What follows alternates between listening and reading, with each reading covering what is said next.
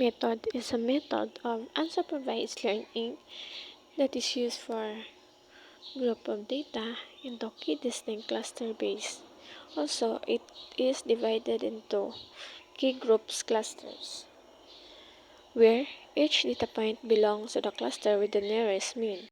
In this code, we were applying K-mean clustering on the IRIS dataset using Python, where we import the clusters, import K-means, datasets, import load IRIS, preprocessing, import standard scalar, and decomposition, import PSA.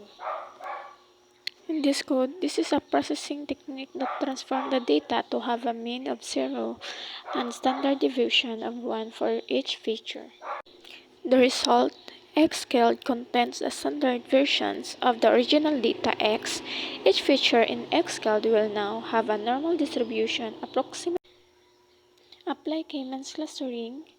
It specifies that you want to find a cluster in the data, and random state is equals to 42. This set the random. Seed for the K-means algorithm. K-means uses random initialization of centroid and setting the random state. And this is the output of K-means clustering, where K-means in cluster is equals to 3 and random state is equals to 42. In cluster K-means labels, we need to get the data points belong to the cluster 2.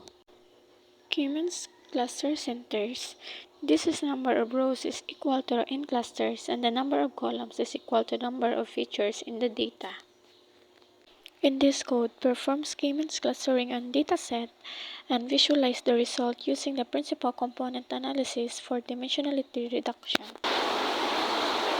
PCA component, this line creates a PCA object, and PCA if we transform, this line applies the PCA to scale data, and PCA transform center, this line transform the club of the center. This plot shows the clustering result with the data points colored by their clustered and clustered centers marked with X, and the green color specify the data points.